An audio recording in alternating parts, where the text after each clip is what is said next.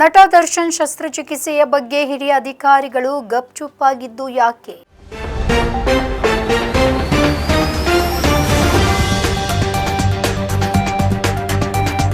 ಚಿತ್ರದುರ್ಗ ಮೂಲದ ರೇಣುಕಾಸ್ವಾಮಿ ಕೊಲೆ ಪ್ರಕರಣದ ಎ2 ಆರೋಪಿ ನಟ ದರ್ಶನ್ ಶಸ್ತ್ರಚಿಕಿತ್ಸೆಯ ಹಿನ್ನೆಲೆಯಲ್ಲಿ ಹೊರಗೆ ಇದ್ದಾರೆ. ಇನ್ನು ಇತ್ತೀಚೆಗಷ್ಟೇ ಹೈಕೋರ್ಟ್ ಮಧ್ಯಂತರ ಜಾಮೀನನ್ನ ವಿಸ್ತರಣೆ ಮಾಡಿ ನಟ ದರ್ಶನ್ಗೆ ತಾತ್ಕಾಲಿಕ ರಿಲೀಫ್ ಅನ್ನ ನೀಡಿತ್ತು. ಇದೀಗ ದರ್ಶನ್ ಬೆನ್ನು ನೋವಿನ ಸರ್ಜರಿ ಬಗ್ಗೆ ಹಿರಿಯ ಅಧಿಕಾರಿಗಳು ಹೇಳಿದ್ದೇನು ಅನ್ನೋದನ್ನ ನೋಡೋಣ.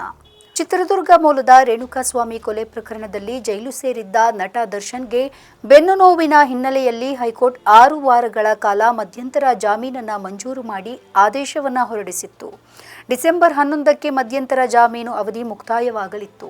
ಇದರ ನಡುವೆ ಡಿಸೆಂಬರ್ 11ಕ್ಕೆ ನಟ ದರ್ಶನ್ಗೆ ಸರ್ಜರಿ ಇದೆ ಅಂತ ಸಿ.ವಿ. ನಾಗೇಶ್ ವಾದವನ್ನ ಮಂಡನೆ ಮಾಡಿದ್ರಿಂದ ಹೈಕೋರ್ಟ್ ಮಧ್ಯಂತರ ಜಾಮೀನನ್ನ ವಿಸ್ತರಣೆ ಮಾಡಿತ್ತು. ರೇಣುಕಾಸ್ವಾಮಿ ಹತ್ಯೆ ಪ್ರಕರಣದ ಆರೋಪಿಯಾಗಿರುವಂತಹ ದರ್ಶನ್ ಬುಧವಾರ ಅಂದರೆ ಡಿಸೆಂಬರ್ 11 ಬಿಜಿಎಸ್ ಗ್ಲೆಜನಲ್ ಗ್ಲೋಬಲ್ ಹಾಸ್ಪಿಟಲ್ ಅಲ್ಲಿ ನಟ ದರ್ಶನ್ ಬೆನ್ನು ನೋವಿನ ಶಸ್ತ್ರಚಿಕಿತ್ಸೆಗೆ ಒಳಗಾಗಿದ್ದಾರೆ ಎಂದು ಮೂಲಗಳಿಂದ ತಿಳಿದು ಬಂದಿದೆ. ಆದರೆ ಇದರ ಬಗ್ಗೆ ಹಿರಿಯ ಅಧಿಕಾರಿಗಳು ಯಾವುದೇ ಪ್ರತಿಕ್ರಿಯೆಗೆ ಮುಂದಾಗ್ತಾ ಇಲ್ಲ.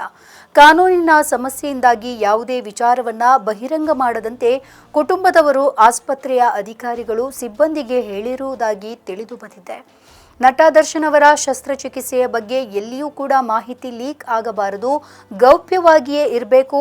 ಅವರ ಚಿಕಿತ್ಸೆಯಲ್ಲಿ ನೇರವಾಗಿ ತೊಡಗಿಕೊಂಡಿರುವ ವೈದ್ಯಕೀಯ ಸಿಬ್ಬಂದಿಗಳಿಗೆ ಮಾತ್ರ ಕಾರ್ಯವಿಧಾನದ ಬಗ್ಗೆ ತಿಳಿದಿರಬೇಕು. ಬೇರೆ ಯಾರಿಗೂ ಈ ಬಗ್ಗೆ ತಿಳಿದಿರಬಾರದು ಎಂದು ದರ್ಶನ್ ಕುಟುಂಬದಿಂದ ಒತ್ತಾಯ ಇದೆ ಎಂದು ಮೂಲಗಳಿಂದ ತಿಳಿದು ಬಂದಿದೆ. ರೇಣುಕಾಸ್ವಾಮಿ ಕೊಲೆ ಪ್ರಕರಣದಲ್ಲಿ ಜೈಲು ಸೇರಿದ್ದ ದರ್ಶನ್ಗೆ ಬೆನ್ನು ನೋವು ಹಿನ್ನೆಲೆಯಲ್ಲಿ ಹೈಕೋರ್ಟ್ 6 ವಾರಗಳ ಕಾಲ ಮಧ್ಯಂತರ ಜಾಮೀನನ್ನ ಮಂಜೂರು ಮಾಡಿತ್ತು. ಡಿಸೆಂಬರ್ 11ಕ್ಕೆ ಮಧ್ಯಂತರ ಜಾಮೀನು ಅವಧಿಯನ್ನ ವಿಸ್ತರಣೆ ಮಾಡಲಾಗಿತ್ತು. ದರ್ಶನ್ ಪರ ವಕೀಲ ಸಿ.ವಿ. ನಾಗೇಶ್ ಅವರು ವಾದವನ್ನ ಮಂಡಿಸಿದ್ದು ಮಧ್ಯಂತರ ಜಾಮೀನು ಅವಧಿ ವಿಸ್ತರಣೆ ಮಾಡುವಂತೆ ಮನವಿಯನ್ನ ಮಾಡಿದರು. ಈವರೆಗೆ ದರ್ಶನ್ಗೆ ಯಾಕೆ ಸರ್ಜರಿ ಮಾಡಿಸಿಲ್ಲವೆಂದ ಪ್ರಶ್ನೆಗೆ ಈ ಮೊದಲು ನಡೆದ ವಿಚಾರಣೆಯಲ್ಲಿ ಸಿ.ವಿ. ನಾಗೇಶ್ ಅವರು ಕಾರಣವನ್ನ ನೀಡಿದ್ದರು. ನಟನಿಗೆ ರಕ್ತದೊತ್ತಡ ವ್ಯತ್ಯಾಸ ಆಗ್ತಾ ಇರೋದ್ರಿಂದ ಶಸ್ತ್ರಚಿಕಿತ್ಸೆ ಇನ್ನೂ ನಡೆಸಿಲ್ಲ ಅಂತ ಹೇಳಿದ್ದರು. ಬಳ್ಳಾರಿ ಜೈಲಿನಲ್ಲಿದ್ದಾಗ ದರ್ಶನ್ಗೆ ಬೆನ್ನು ನೋವು ಕಾಣಿಸಿಕೊಂಡ ಹಿನ್ನೆಲೆಯಲ್ಲಿಯೇ ಅವರಿಗೆ ವೈದ್ಯರು ಕೆಲವು ಪರೀಕ್ಷೆಗಳನ್ನು ಮಾಡಿಸಿ ಶಸ್ತ್ರಚಿಕಿತ್ಸೆಗೆ ಸಲಹೆಯನ್ನ ನೀಡಿದ್ರು. ಎಲ್ಲಾ ವರದಿಗಳನ್ನು ಆಧರಿಸಿ ದರ್ಶನ್ಗೆ ಮಧ್ಯಂತರ ಜಾಮೀನನ್ನ ನೀಡಲಾಗಿತ್ತು.